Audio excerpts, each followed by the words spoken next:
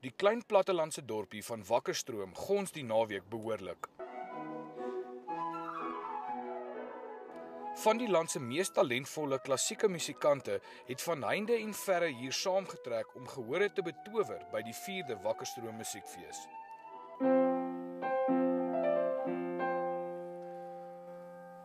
Organiseerders van die fees het vanjaar besluit om 'n wyeer verskeidenheid klassieke musikante te kry vir die fees. Ons het hierdie jaar 43 musikante wat hier kom optree het en 15 koorlede.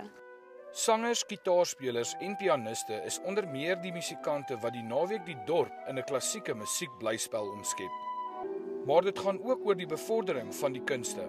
En 'n paneel musiekkenners en akademici beoordeel jong musikante en ken op grond van hulle prestasie beurse aan hulle toe.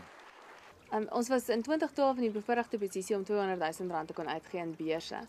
So dis waarvoor ons weer mik hierdie jaar, maar dit hang nou af hoeveel borgskappe kry ons in vir die beurskompetisie. Die saamtrek is boonop een van die min vir klassieke musiekkunstenaars en dis 'n hoogtepunt op die kalender.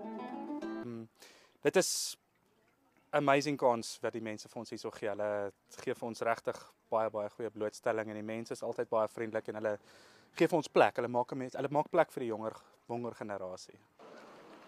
Die fees eindig môre. Gerard Pretorius, 1 Nuus, Wakkerstroom.